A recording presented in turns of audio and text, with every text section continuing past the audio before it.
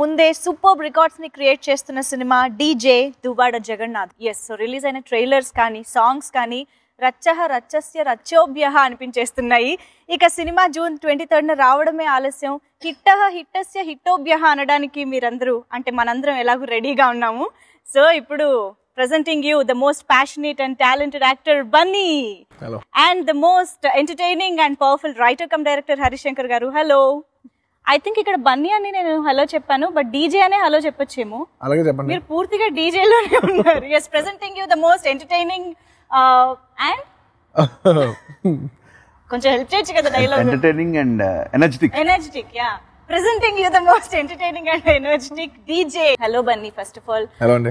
Congratulations for the super success and superb response for DJ. Thank you. Duvvada Jagannadham. So మీ ఇద్దరి combination అంటే ఎలా ఉంటుంది? ఎంటర్టైన్మెంట్ ఖచ్చితంగా మిస్ అవుతున్న ఒక కాన్ఫిడెన్స్ ఉండింది, బట్ ఇంత సర్ప్రైజ్, ఇంత వెరైటీ ఉంటుందని మాత్రం డెఫినెట్గా ఎవరు ఎక్స్పెక్ట్ చేయలేదు. అండ్ చాలా మంది దువ్వాడ జగన్నాథం క్యారెక్టరైజేషన్కి అసలు మామూలుగా పడిపోలేదన్నమాట. మీకు ఫస్ట్ టైం హరీష్ శంకర్ గారు ఈ కాన్సెప్ట్ చెప్పినప్పుడు మీరు ఎంత ఎంజాయ్ చేశారు ఆర్ ఎంత సర్ప్రైజ్ అయ్యారు? డెఫినెట్లీ ఆయన నాకు చెప్పినప్పుడు ఒక 20 minutes చెప్పారు ఫస్ట్ టైం చెప్పినప్పుడు. అండ్ ఒక బ్రాహ్మణ్ క్యారెక్టరైజేషన్ ఇలా ఉంటుంది ఇలా ఉంటుంది ఇలా ఉంటుంది అని చెప్పారు. మీకు చాలా కొత్తగా ఉంటుందని చెప్పారు. ఆయన చెప్పిన 20 minutes లైన్ ఈ బ్రాహ్మణ్ క్యారెక్టరైజేషన్ గురించి బాగా ఎగ్జైట్ అయ్యి I said okay let's go head. And అది యాక్చువల్లీ సెకండ్ ఫేజ్ అనమాట. నేను బేసిక్లీ హరీష్ శంకర్ గారితో సినిమా ఫిక్స్ అయిపోయా. అది ఇదా ఇంకోట ఏ కథ అనేది సెకండరీ. ఆయనతో సినిమా చేయాలని నేను ముందే ఫిక్స్ అయిపోయాను అనమాట. ఎందుకంటే కొంత ఆయన ఉన్న ఎనర్జీస్కి నేను చేస్తే మా ఇద్దరు కాంబినేషన్ బాగుంటుందని నేను ఫీల్ అయ్యాను. సో నేను చెప్పాను సినిమా స్టోరీ అన్ని పక్కన పెడితే హరీష్ గారు యూనో ఫస్ట్ మీతో సినిమా చేయాలని ఫిక్స్ అయిపోయాను. కథ ఏంటనేది మీరు ఇంకా చాయిస్ తీసుకోండి అంటే ఆయన ఒక లైన్ చెప్పారు, నాకు నచ్చింది. సూపర్. సో యాక్చువల్లీ సరైనోడు లాంటి సూపర్ డూపర్ రికార్డ్స్ క్రియేట్ చేసిన సక్సెస్ తర్వాత బన్నీతో సినిమా చేయాలి అంటే అది డెఫినెట్గా ఒక హ్యూజ్ రెస్పాన్సిబిలిటీ. ఒక విధంగా నాకు తెలిసి కొంచెం ప్రెషర్ కూడా ఉండుండొచ్చు. సో ఆ సక్సెస్ని క్యారీ ఫార్వర్డ్ చేయాలి, నెక్స్ట్ లెవెల్ తీసుకువెళ్ళాలి అన్న ప్రెషర్ కూడా డైరెక్టర్ మీద ఉండొచ్చు. సో దాన్ని మీరు ఎలా టేకప్ చేశారు? ఈ కథ అనుకున్నప్పుడు అంటే బన్నీ కోసం ఈ కథ రెడీ చేయడం జరిగిందా ఆర్ ఇది ముందు నుంచి ఉందా మీకు మైండ్లో ఐడియా? ఈ టైటిల్ ఉందండి ఫస్ట్. సో ఆయన నాతో సినిమా చేద్దామని మరి ఎప్పుడు ఫిక్స్ అయ్యారు నాకు తెలీదు, బట్ ఫిక్స్ అయ్యారు. ఆ విషయం నాతో కూడా చెప్పారు. నేను మట్టుకు ఆడియో ఫంక్షన్లో చెప్పినట్టు ఆర్య అప్పటి నుంచి ఇట్స్ మై డ్రీమ్. సీరియస్ చెప్తాను, ఇట్స్ మై డ్రీమ్. ఎందుకంటే నాకు అల్లు అర్జున్ గారిలో ఉండే ఎనర్జీ బాగా ఇష్టం. నేను ఒకసారి జూలై ఆడియో ఫంక్షన్లో చెప్పాను, నాకు అల్లు అర్జున్ గారిని చూసినప్పుడు షారుఖ్ ఖాన్ చూసినట్టు అనిపిస్తుంది అని. అంటే స్క్రీన్లో 10 మంది ఉంటే ఫస్ట్ అటెన్షన్ తన మీదకి వెళ్తుంది. ఆ కైండ్ ఆఫ్ పర్ఫార్మెన్స్, ఆ కైండ్ ఆఫ్ ఎనర్జీ ఉంటుంది. సో తను సినిమా చేద్దాం అన్నప్పుడు డెఫినెట్గా మీరు అన్నట్టుగా రెస్పాన్సిబిలిటీ ఉంది. నేను ఈ పాయింట్ చెప్పినప్పుడు ఇంకా సరైన రిలీజ్ అవ్వాలి, ఆయన షూటింగ్లో ఉన్నారు. సో అప్పుడు పెద్ద ప్రెజర్ ఏమి అనిపించలేదు. ఎందుకంటే నా సినిమా వచ్చినప్పుడు నా పోస్టర్ చూసినా, నా టీజర్ చూసినా ఇది అతను చేసిన మిగతా అన్ని సినిమాల కంటే డిఫరెంట్గా ఉండాలనే థాట్ మటుకు ఉంది. అప్పుడు ఫస్ట్ దువ్వాడ జగన్నాథం టైటిల్ ఉంది, డీజే అని లేదు పైన, ఓన్లీ దువ్వాడ జగన్నాథం. సో మరీ ఇప్పుడు దువ్వాడ జగన్నాథం అంటే ఓన్లీ ఎంటర్టైనర్ ఎక్స్పెక్ట్ చేస్తున్నాము. కథలో చాలా ఇంటెన్సిటీ ఉంది. ఫస్ట్ టైం ఎంటర్టైనింగ్తో పాటు ఎమోషన్ పార్ట్ ఎక్కువ ఉంటుంది ఈ సినిమాలో. సో సీరియస్ సినిమా అని కూడా చెప్పాలి, ప్లస్ ఒక క్యూరియాసిటీ తీసుకురావాలి అన్నప్పుడు అప్పుడు డీజే అని దానికి యాడ్ చేయడం జరిగింది. అండ్ డీజే అనేది ఈయన హీరో కాబట్టి వచ్చింది, ఇంక వేరే అయితే ఓన్లీ దువ్వాడ జగన్నాథం ఉండదు. So the way he carries that style, that DJ అని టైటిల్ కూడా ఉండాలి. అల్లు అర్జున్ డీజే అంటే ఇంకెవరైనా ఇంకా tailor made title for him. So సరైన రిలీజ్ అయిన తర్వాత డెఫినెట్గా మీరు అన్నట్టుగా రెస్పాన్సిబిలిటీ పెరిగింది. అంటే అంత పెద్ద బ్లాక్ బస్టర్ తర్వాత నేను డెఫినెట్గా స్క్రిప్ట్లో కొంచెం జాగ్రత్తలు కానీ, లేకపోతే బాడీ లాంగ్వేజ్, యాక్షన్ సైడ్ కొంచెం కేర్ కానీ అవన్నీ చూసాను. ఎందుకంటే first time heavy emotion character చూసాం సరైన వాళ్ళు. అవును, డెఫినెట్గా ఒక రకంగా రెస్పాన్సిబిలిటీ, ఇంకో రకంగా పెద్ద రిలీఫ్. ఎందుకంటే అంత ఎమోషన్ తర్వాత ఫుల్ ఎంటర్టైన్ క్యారెక్టర్ చేస్తే కాంట్రాస్ట్ గా ఉంటుంది కదా. మెయిన్ గా దువ్వాడ జగన్నాథం క్యారెక్టర్ అనేది ఎంటర్టైన్మెంట్ వైజ్ చాలా బాగా అంటే రిలీజ్ కి ముందే వెళ్ళిపోయింది. ఇంకా నేను ఇందాక అన్నట్టుగా డైలాగ్స్ అన్నిట్లోకి మార్చేసుకోవడం, అడాప్ట్ చేసుకోవడం జరిగిపోయింది కూడా ఆల్రెడీ. సో మీరు ఎక్స్పెక్ట్ చేశారంటే కథ నెరేట్ చేసేటప్పుడు we know that is a very good dialogue writer to.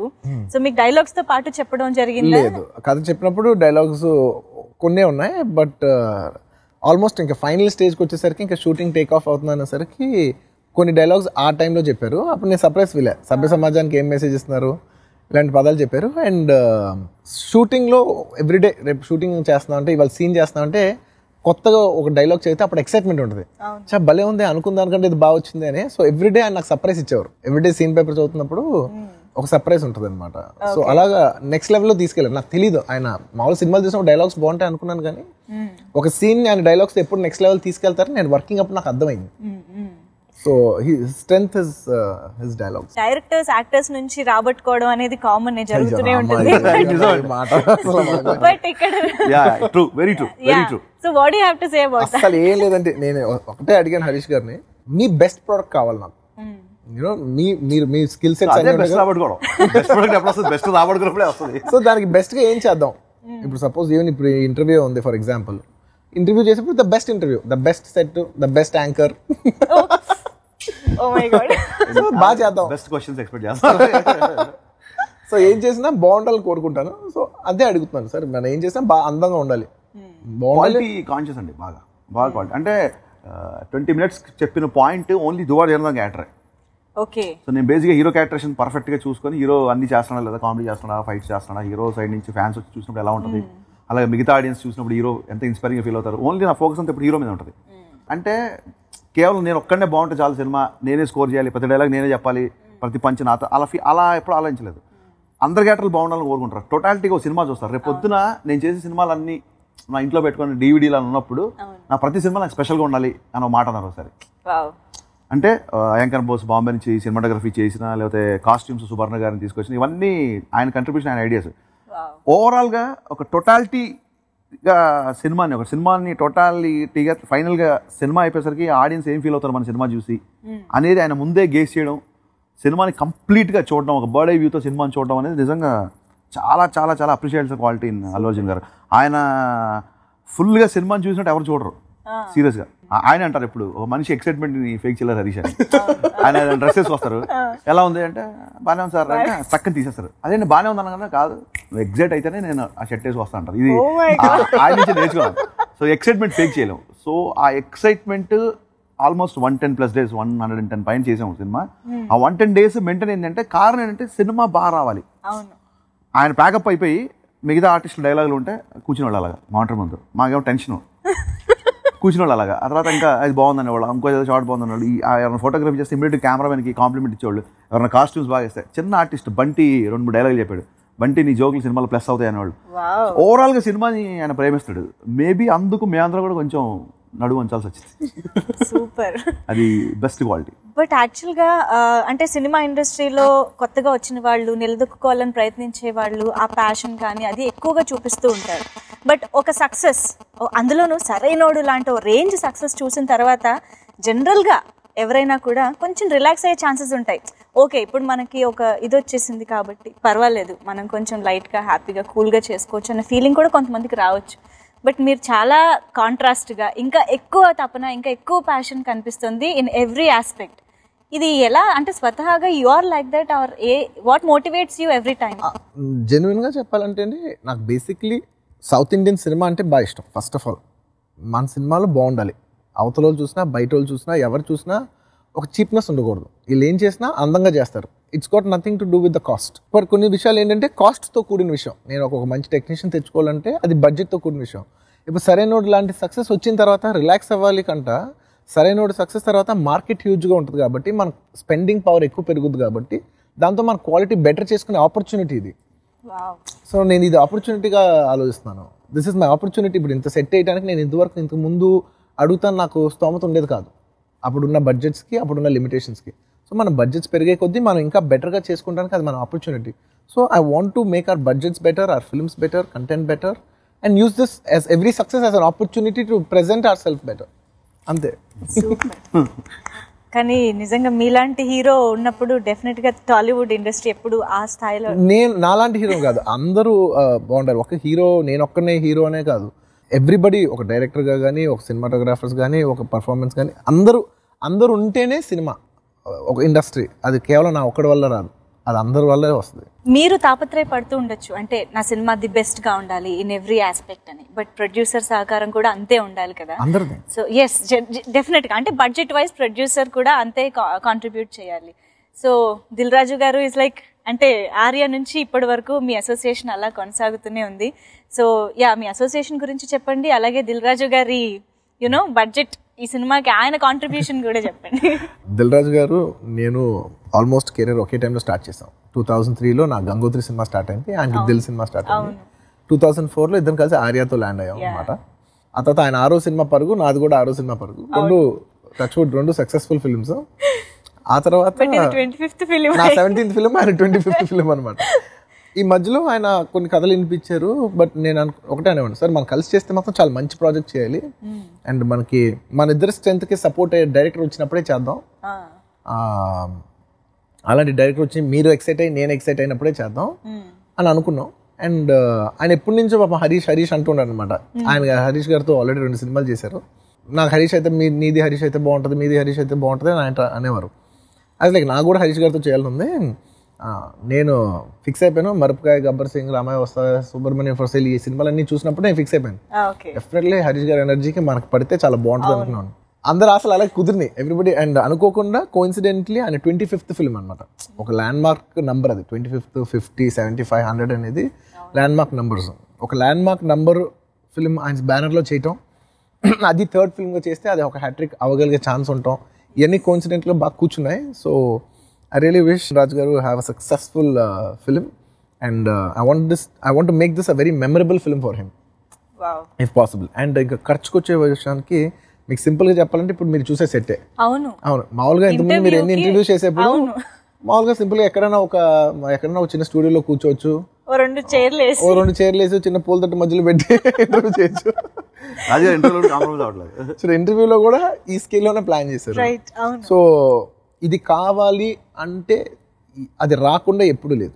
అది ఏమైనా కానీ మొత్తం ఎన్ని డేస్ కదా, 120 డేస్లో ఈ సెటప్ బాగాలేదు అంటే ఒకసారి ఏంటంటే ఒకసారి షూటింగ్కి వెళ్ళిన తర్వాత ఏదో ఒక సెటప్ కుదరలేదనమాట. మొత్తం అందరూ షూటింగ్ అంతా దిగిపోయిన తర్వాత కూడా ఈ సెటప్ బాగాలేదని ఆయన ఫీల్ అయ్యారు, డైరెక్టర్ గారు ఫీల్ అయ్యారు. అసలు ఎందుకు లేదు, డబ్బులు ఏమైనా వేస్ట్ అయిపోతుంది ఆయన అన్నారు. ఏం ఆలోచించద్దు, మీరు అన్కాంప్రమైజ్గా తీయని చెప్పి ఆ రోజు ఆల్మోస్ట్ ఒక 7-8 lakhs క్యాన్సిల్ అయిపోయి ఉంటుంది. సో ఆయన అసలు దాని గురించి జంకలేదు. దాని తర్వాత ఇంకో 15 లక్షలు ఖర్చు పెట్టి ఒక మంచి సెట్ వేసి అది బాగా తీశారు. అలా 2-3 సార్లు జరిగిందండి. ఒకసారి సాంగ్ చేద్దామని వెళ్ళాము.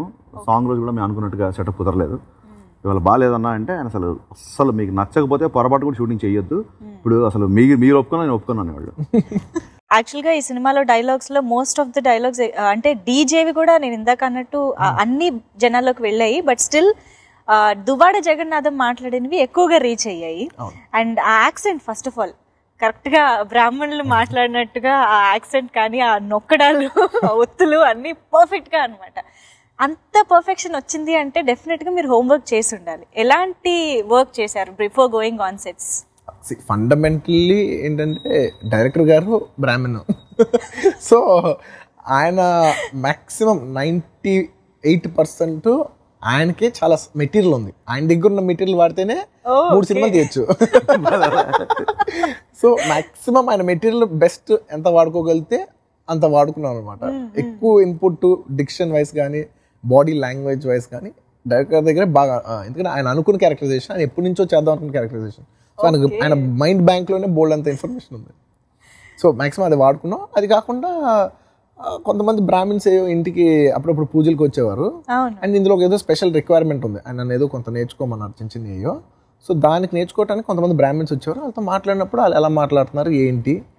అండ్ మా ఇంట్లో ఏదో పక్కింటి వాళ్ళ దగ్గర ఏదో పూజ ఏదో చేశారనమాట. ఆ రోజు ఓన్లీ వెజిటేరియన్ వంటలే పెట్టారు. సో అన్నప్పుడు నేను అది చెప్పాను అనమాట. ఒకసారి ఫంక్షన్ అయిపోయిన తర్వాత నేను ఒకసారి బ్యాక్ డోర్ వెళ్ళి చూస్తాను వాళ్ళు ఎలా చేస్తున్నారు ఏంటనేది. వంటోళ్ళు కదా, వెజిటేరియన్ వంటోళ్ళు కదా, వాళ్ళు ఒకసారి ఎలా చేస్తారా ఏంటని ఊరికెళ్ళి కలిసి అంతే.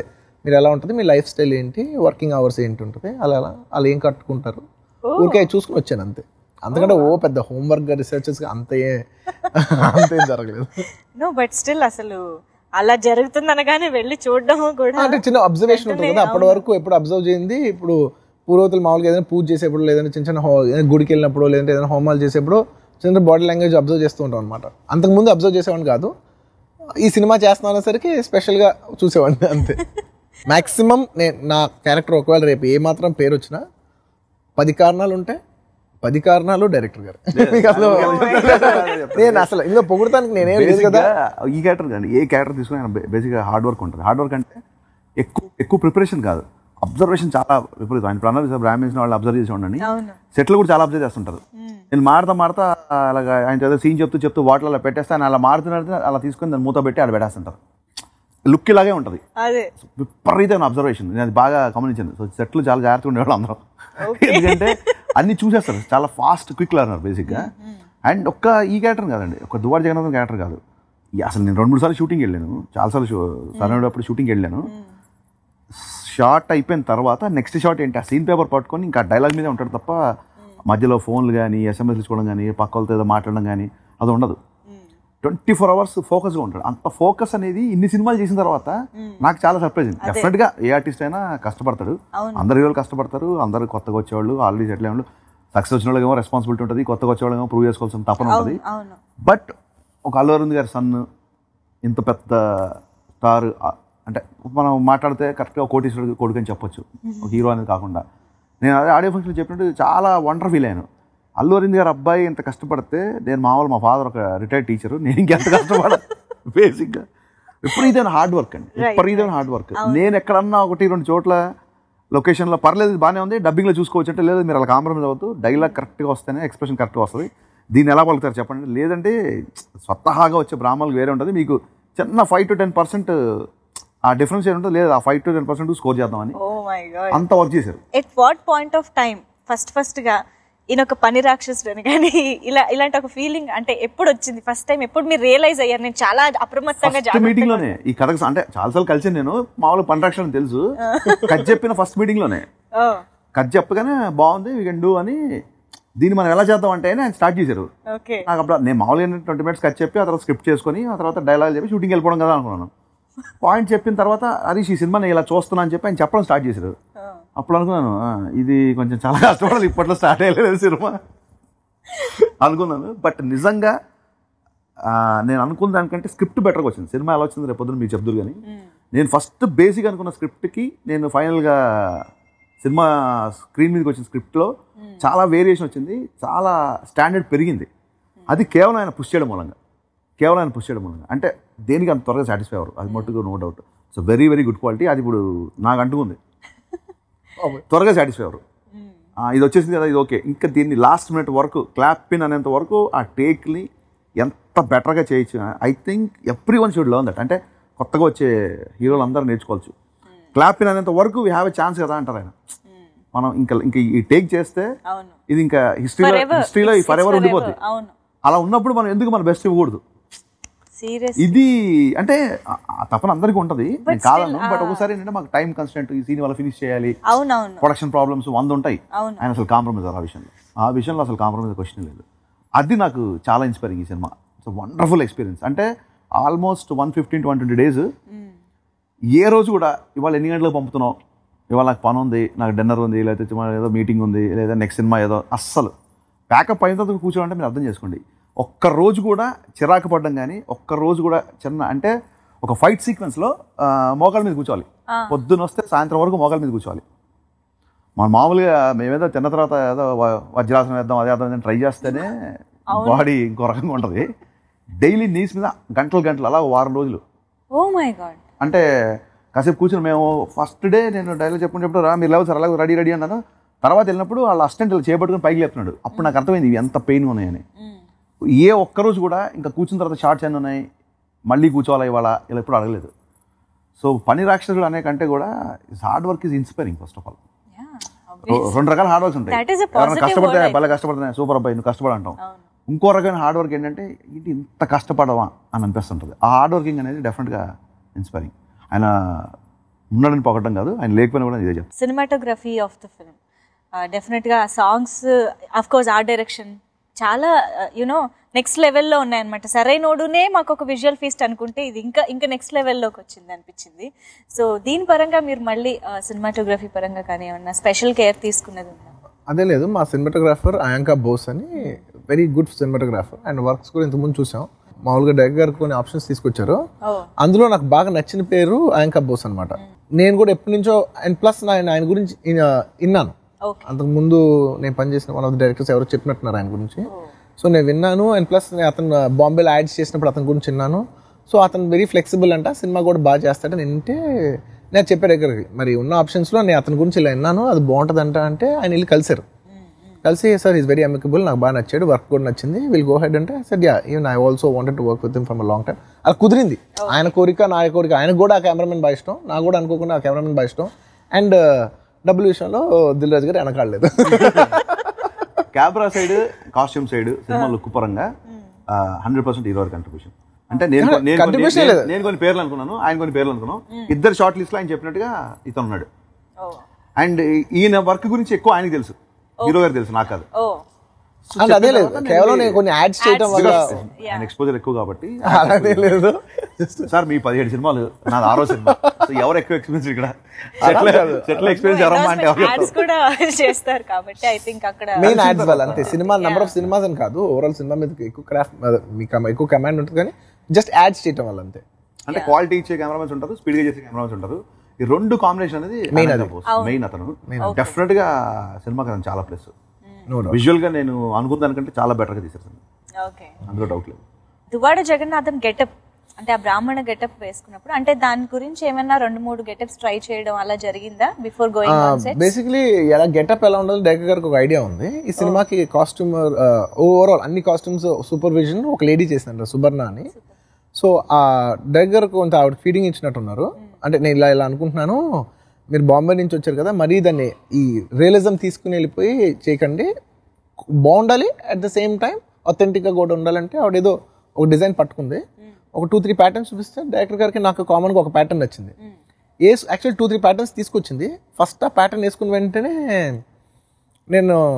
నాకు చాలా నచ్చింది, మిగతా 2 ప్యాటర్న్స్ అవసరమా అంటే అన్నారు, థ్యాంక్స్ సార్, నేను కూడా ఎలా చెప్దామని అనుకుంటున్నాను మీకు, అస్సలు వద్దు, ఇదే యూనిఫామ్, అతను దువ్వాడ జగన్నాథం అంటే ఈ డ్రెస్సే గుర్తుకు రావాలి, అలాగే ఓన్లీ ఒక డ్రెస్ వేద్దాం. సో అనుకోకుండా అన్ని సీన్స్లో కూడా ఎక్కువ మాక్సిమం నెంబర్ ఆఫ్ సీన్స్ ఆ డ్రెస్ ఎక్కువ వేసాం అనమాట. అండ్ ఇంకొక రెడ్ ధోతి ఇది కూడా ఉంటుంది అసలు. అదే ఇందులో వచ్చే ఆ 2-3 షార్ట్స్ అయితే ఇంకా అసలు సూపర్ హైలైట్. ప్యూర్లీ డైరెక్టర్ గారి ఐడియా. అంటే ఒక ఇంటర్వెల్ సీక్వెన్స్ దగ్గర అనుకున్నది, ఆయన ఎప్పటి నుంచో ఆయన మైండ్లో ఉంది, సార్ నేను ఒకలాగా అనుకుంటున్నాను, మిమ్మల్ని ఒక రెడ్ డ్రెస్లో ఒక ఆశయంలో ఒకలాగా అనుకుంటున్నాను చెప్పారు. యాస్టిస్ కాస్ట్యూమ్ వచ్చింది, వేసుకున్నాను, బాగుంది, షూట్ చేశాను అంతే. అండ్ దువ్వాడ జగన్నాథ్కి ఎలా తీసుకున్నారో సినిమాలో ఉన్న మిగతా గెటప్లు కూడా అలాగే తీసుకున్నారు. అందుకే అభిమానులకి పిచ్చి ఇవన్నీ అంటే, బీట్ గర్ల్స్ ఆర్ బాయ్స్ ఎవరైనా కూడా. ఊరుకోండి అయ్యయ్యో వాట్ చెప్పండి, నేను నాకు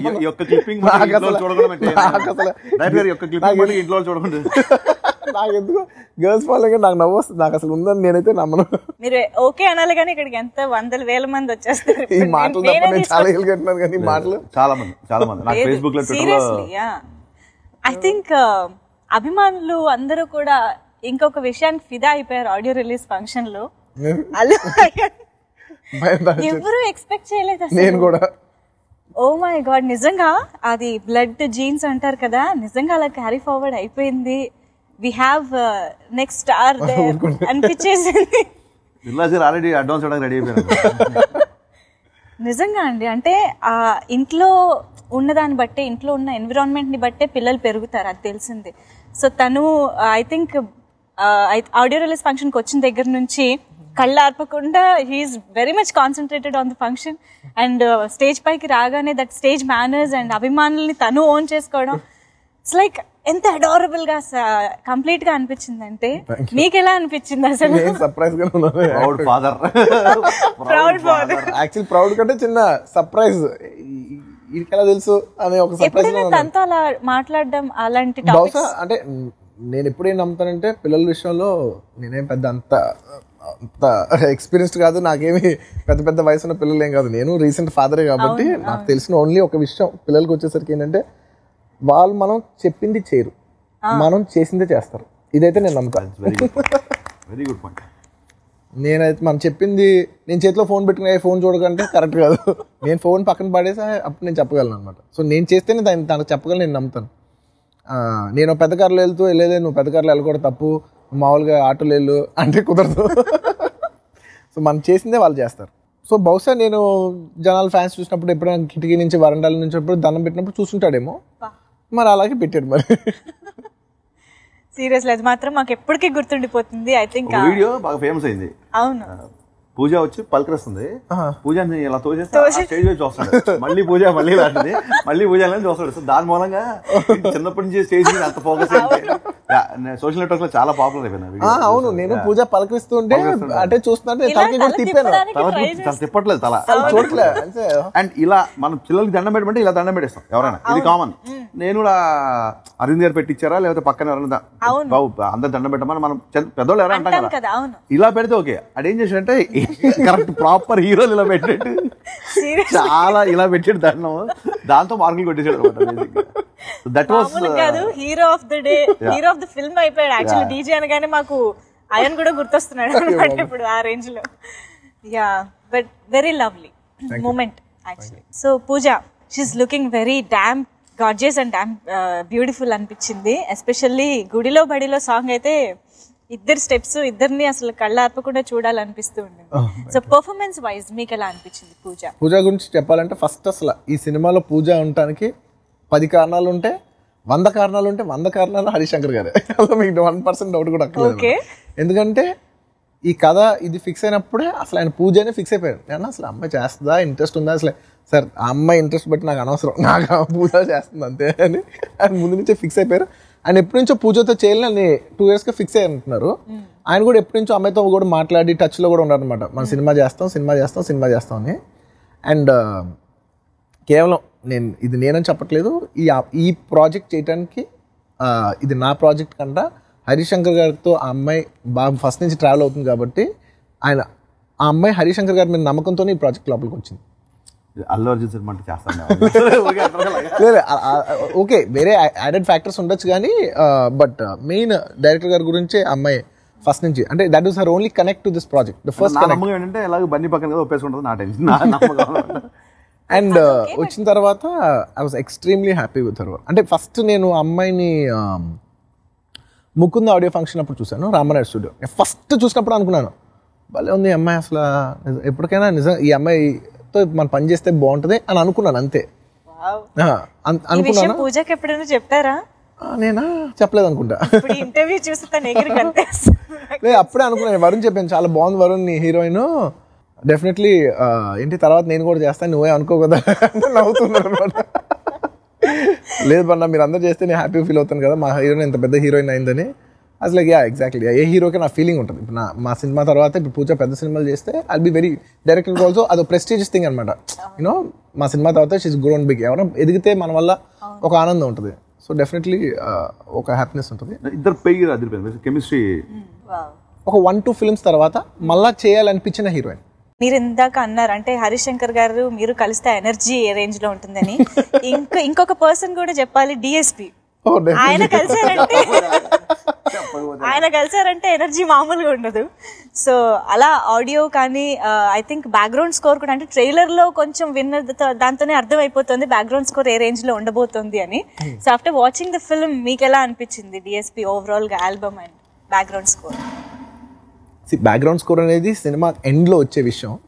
ఫస్ట్ దేవిశ్రీ ప్రసాద్ ఈ ప్రాజెక్ట్ అన్న వెంటనే నేను డైరెక్టర్ గారు మామూలుగా అన్ని టెక్నీషియన్స్ గురించి మాట్లాడుకునేప్పుడు ఇలాగ పూజ అంతకుముందే ఫైనలైజ్ అయిపోయింది. సో నాకు బాగా గుర్తు దిల్ రాజు గారును హరిశంకర్ గారు నేను ఉన్నాం. సరే సార్ ఇంక మరి మ్యూజిక్ ఏమనుకుందాం అంటే నవ్వుతున్నారు ఇద్దరు. అంటే ఏముంటుంది సార్ ఇక దేవి తప్ప అని ఒక ఆబ్వియస్గా అని నవ్వుతున్నాను. నేను నవ్వుతాను అంటే నేను ఎవరైతే నేను అంటాను కానీ నాకు లోపల నాకు కూడా నవ్వు వస్తుంది. అంటే ఆబ్వియస్లీ దేవిశ్రీ ప్రసాదే, బట్ స్టిల్ ఒకసారి అడుగుదాం వాళ్ళు, ఒకవేళ వాళ్ళు ఏమైనా అనుకుంటున్నారో వేరేదైనా అనుకుంటారని అడుగుతుంటే నవ్వుతున్నారు. సార్ ఊరుకోండి సార్ అంటారు.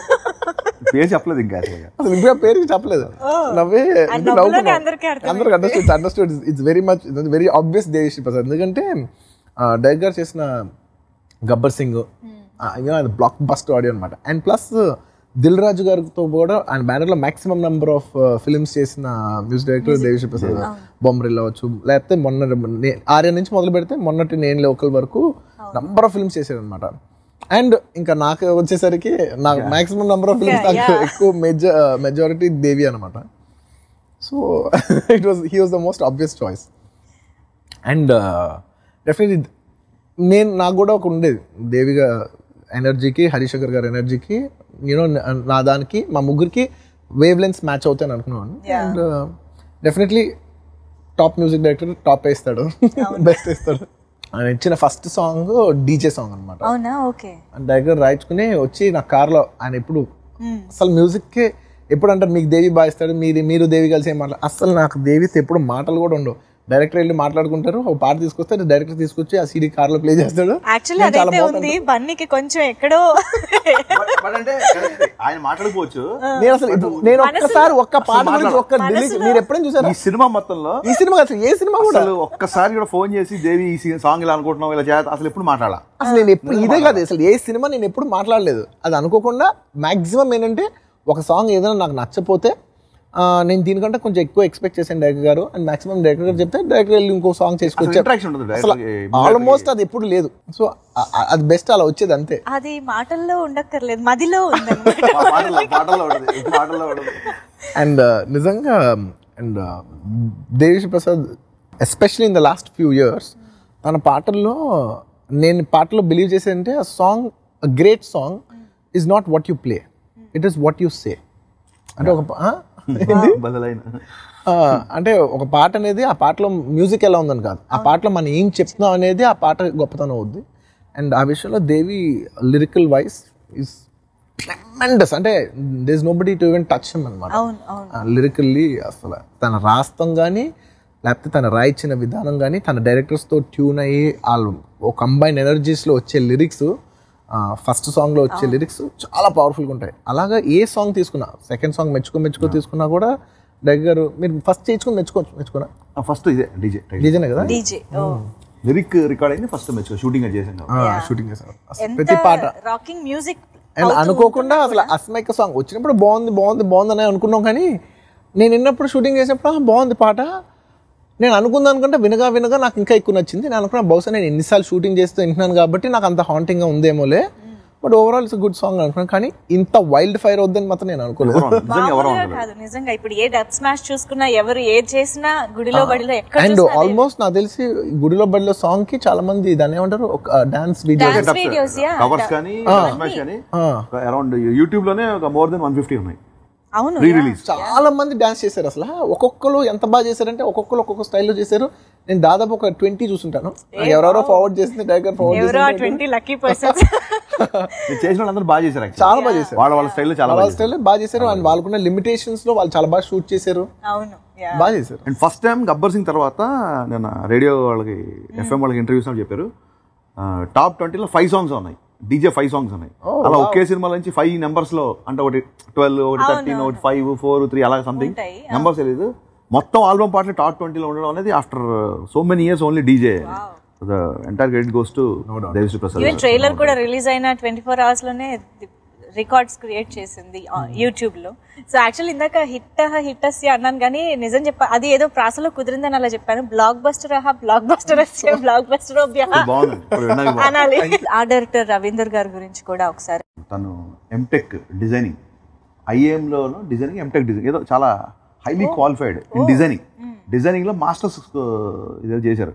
సరే ఇండస్ట్రీలో మగధీరా చేశారు, ఇవన్నీ చేశారు. తనతో ఫస్ట్ మీటింగ్ నేను చాలా ఎక్సైట్ అయ్యాను. ఓకే, చెప్పాను కదా టెక్నీషియన్ అందరం కలిసి డిస్కస్ చేసుకున్నాను. సో అందరూ మాట్లాడుకుంటప్పుడు రవీంద్ర ఎలా ఉంటారు అన్నాడు హీరో గారు. అన్నప్పుడు డెఫినెట్గా చాలా బాగుంటుంది. నాకు కూడా ఎప్పటి నుంచి రవీంద్రతో చేయాలని ఉంది. తను అసలు అంటే డైరెక్టర్ తరఫున ప్రొడ్యూసర్తో ఫైట్ చేశాను, సరే సినిమా క్వాలిటీ తీసుకొచ్చే ఆ డైరెక్టర్. నా విజన్ని మార్చాడు అతను బేసిక్గా. నేను ఒకటి అనుకుంటే దాన్ని ఇలా కావాలని చెప్తే తన ఎడిషన్స్ కానీ తన కంట్రిబ్యూషన్ కానీ సినిమాలో చాలా బాగుంది. ఆ డైరెక్టర్ సినిమా ఇంత లుక్ వైజ్గా ఇంత బాగుండడానికి కారణం ఆ డైరెక్టర్ రవీందర్ గారు. మిగతా ఆర్టిస్టులు కూడా కాస్టింగ్, రావు రమేష్ గారు నిక్కరు లిక్కరు డైలాగులు అన్నీ కూడా వండర్ఫుల్ గా అనిపించాయి. అండ్ ఆయన వే ఆఫ్ డెలివరీ కూడా చాలా డిఫరెంట్ గా ఉంటుంది కాబట్టి. సో మిగతా ఆర్టిస్టుల గురించి ఒకసారి. బేసిక్లీ హీరోయిన్ కాకుండా the most important character fundamentally సినిమాలో రావు రమేష్ గారు. చెప్పండి, మీరు చెప్తే బాగుంటుంది. రావు రమేష్ గారు డిజైన్ అంటే ఆయనకు సంబంధించిన విషయం కదా. చెప్పే కదా హీరో గారు అందరు క్యారెక్టర్లు బాగుండాలి సినిమాలో. హీరో బాగా చేసాడు అంటే సినిమా ఆలోచించుకోవాలి. హీరో బాగా చేసాడు సినిమాలో అంటే మిగతాది బాగాలేనట్టు అర్థం వస్తుంది. నాకు సినిమా అదిరిపోవాలని చెప్పారు. దాని పరంగా everything I use to discuss with him. So Rao Ramesh character కథలో చెప్పినప్పుడే ఉంది. కథలో చెప్పినప్పుడు రావు రమేష్ సీన్లో రావు రమేష్ గారిని మనసులో పెట్టుకొని చెప్పాను. సో ఈ సినిమాలో రావు రమేష్ గారి క్యారెక్టర్, రొయ్యల్ నాయుడు క్యారెక్టర్ ఎందుకంటే రావుగోపాలరావు గారు నాకు బాగా ఇష్టం. సినిమాలో ఆ కొట్టేడులో రొయ్యల్ నాయుడు క్యారెక్టర్, అందులో ఆయన విలన్ కాదు, ఇన్ఫాక్ట్ అందులో హీరోయిన్ కరెక్ట్ చేసే క్యారెక్టర్. ఆయన ప్రసాద్ గారు ఇంకో రాంగ్ స్టెప్ వేస్తే ఆయన ఒక హీరోయిన్ ఫాదర్ ఆయన కరెక్ట్ చేస్తారు. దీంట్లో మటుకు పక్కా విలన్. రావు రమేష్ గారు రావుగోపాలరావు గారు అబ్బాయి కాకపోయినా రావు గోపాల్ రావు అంతటి పర్ఫార్మెన్స్ ఇచ్చేది ఓన్లీ రావు రమేష్ గారే నా ఫీలింగ్. అంటే వాళ్ళ ఫాదర్ ఎంత ఇష్టమో ఈయన నాకు అంత ఇష్టం. ఎప్పుడు ఆయనకి పెద్ద క్యారెక్టర్ రాద్దాం అంటే ఎప్పుడు స్క్రిప్ట్ సపోర్ట్ చేయలేదు. లక్కీగా ఈ సినిమాలో స్క్రిప్ట్ కుదిరింది. సో ఆయన క్యారెక్టర్ అలాగే మురళీ శర్మ క్యారెక్టర్, అలాగే సుబ్బరాజ్ క్యారెక్టర్, అలాగే పోసాన్ గారి క్యారెక్టర్, వీళ్ళందరి క్యారెక్టర్లు సినిమాలో చాలా మెయిన్ పిల్లర్స్. ఇంకా బర్నీ గారును హీరో గారు అంటే వాళ్ళు 5-6 సినిమాలు ఫాదర్ అండ్ సన్. ఆయన రాగానే నమస్కారం ఫాదరా అంటారు, ఆయన అప్పుడే నన్ను అలా గుడ్ మార్నింగ్ సోదరా అంటారు. వీళ్ళిద్దరు ట్రాక్ చాలా బాగుంటది ఆఫ్ స్క్రీన్. కోర్స్ మా సినిమాలో కాదు, సినిమాలో ఫాదర్ సోదరా అంటారు కదా, ఇద్దరు అగ్రహారంలో బ్రాహ్మణులు కదా అలా అంటారు. అందరి క్యారెక్టర్లు బాగుంటాయి సినిమాలో. చిన్న చిన్న క్యారెక్టర్లు అయినా సరే, గిరి, బంటి అండ్ వెన్నెల కిషోర్ అండ్ కొన్ని సర్ప్రైజింగ్ క్యారెక్టర్స్ ఉన్నాయి సినిమాలో, ఇప్పుడు రివీల్ చేస్తే బాగోదు. సో సినిమాలో అన్ని క్యారెక్టర్స్ చాలా పర్ఫెక్ట్గా కుదిరినాయి. అంటే హీరో క్యారెక్టరేషన్ ఎంత ఎంటర్టైనింగ్ ఉంటుందో మిగతా క్యారెక్టర్లు అన్నీ ఆ పోర్షన్స్ వచ్చినప్పుడు వాళ్ళు కంప్లీట్గా న్యాయం చేశారు. ఓవరాల్గా సినిమాకి వీళ్ళందరూ చాలా plus. And no doubt Rao Ramesh గారు one of the biggest highlights of the film. And entertainment wise Posani గారు కూడా బాగా ఎంటర్టైన్ చేశారు. పోసాని గారు అండ్ ఫస్ట్ హాఫ్లో మీకు వెన్నెల కిషోర్తో చాలా బాగుంటుంది. సినిమాలో కొన్ని సర్ప్రైజింగ్ ఎలిమెంట్స్ ఉంటాయి, అది సినిమాలో చూస్తే బాగుంటుంది. వెన్నెల కిషోర్ గారితో నేను ఫస్ట్ టైం పనిచేయడం, టెర్రిఫిక్ యాక్టర్. అసలు ఇంతకాలం వెన్నెల కిషోర్ ఎందుకు మిస్ అయినా అనిపించింది. హీరో గారితో వెన్నెల కిషోర్ కాంబినేషన్, వాళ్ళిద్దరు కెమిస్ట్రీ చాలా బాగుంటుంది. సో యాక్చువల్గా ఇంకొక డౌట్ కూడా వినిపిస్తోంది చాలా మంది నుంచి, డీజే ఒకరు, దువ్వాడ జగన్నాథం ఒకరా, ఇద్దరు ఒకరిలోనే ఉన్నాయి 2 షేడ్సా? అది మీ సినిమా చూడాలి. 23rd దాని గురించి పెద్ద డౌట్లు బుర్రబద్ద కొట్టాల్సిన అవసరం లేదు. జస్ట్ జూన్ 23 2-3 రోజులు తెలుగు రాష్ట్రాల్లో ఉన్నాను. జూన్ 23 క్యూరియాసిటీతో అడిగాను అనమాట. మాకు చేసి మర్చిపోయాను యాక్చువల్గా. నేను ఇద్దరు ఒకటేనా తెలీదు సార్, మీకు కూడా బెస్ట్ చాలా లేదు కదా, ఇంకా పోస్ట్ ప్రొడక్షన్ అడవులో పడిపోయి. Seriously super, thank you so much ఇద్దరికి కూడా. ఐ థింక్ ఆల్రెడీ ఇది హిట్ కళ్ళ కనిపించేస్తుంది, సూపర్ డూపర్ హిట్ అవుతుందని కాన్ఫిడెన్స్ అందరిలోనూ ఉంది. సో మేము జస్ట్ June 23rd థియేటర్స్కి వెళ్ళి ఎంజాయ్ చేయడానికి మాత్రం రెడీగా ఉన్నాం. Thank you so much for this wonderful interview. Thank you so much. మీకు best quality of sound, best quality of photography ఇవ్వడానికి మీరు చూశారు కదా, టెక్నీషియన్ దగ్గర నుంచి not only director, producer, hero గారు, ఎంటైర్ టీమ్ మీకు మంచి సినిమా ఇవ్వడానికి చాలా కష్టపడి సినిమా చేసాము. దయచేసి June 23rd థియేటర్లో సినిమా చూడండి. దయచేసి పైరసీని ఎంకరేజ్ చేయొద్దు, పైరసీలో సినిమా చూడకండి. చూసినా మీరు ఆ సాటిస్ఫాక్షన్ మీకు ఉండదు. సో మళ్ళీ చెప్తున్నాను అనుకోకుండా, please watch DJ Duvvada Jagannatham 23rd June in theatres. Thank you. మేము ఎంత కష్టపడేది మీకు ది బెస్ట్ క్వాలిటీ ఇద్దామని. మీరు చూసే సౌండ్, మీరు చూసే ప్రొజెక్షన్, మీకు థియేటర్కి వచ్చినప్పుడు ఒక ఎక్స్పీరియన్స్, థియేటర్స్ కట్టేవాళ్ళు వీళ్ళందరూ కూడా మీకు బెస్ట్ ఎక్స్పీరియన్స్ ఇవ్వాలనేసి we all try to push our self to the best, to give you the best. Please మీరు ఎక్స్పీరియన్స్ కూడా ది బెస్ట్ తీసుకోవాలని మేము కోరుకుంటున్నాం. Please do not encourage piracy. ఎందుకంటే మీరు piracy will kill our quality, it will kill our budgets to grow bigger. Please don't stop our growth. We want to grow, we want to grow and make you feel better. Ultimately మీ గురించే మేము చేస్తాం, మా గురించి కంట. So please don't encourage piracy, please don't stop hour energies. Thank you.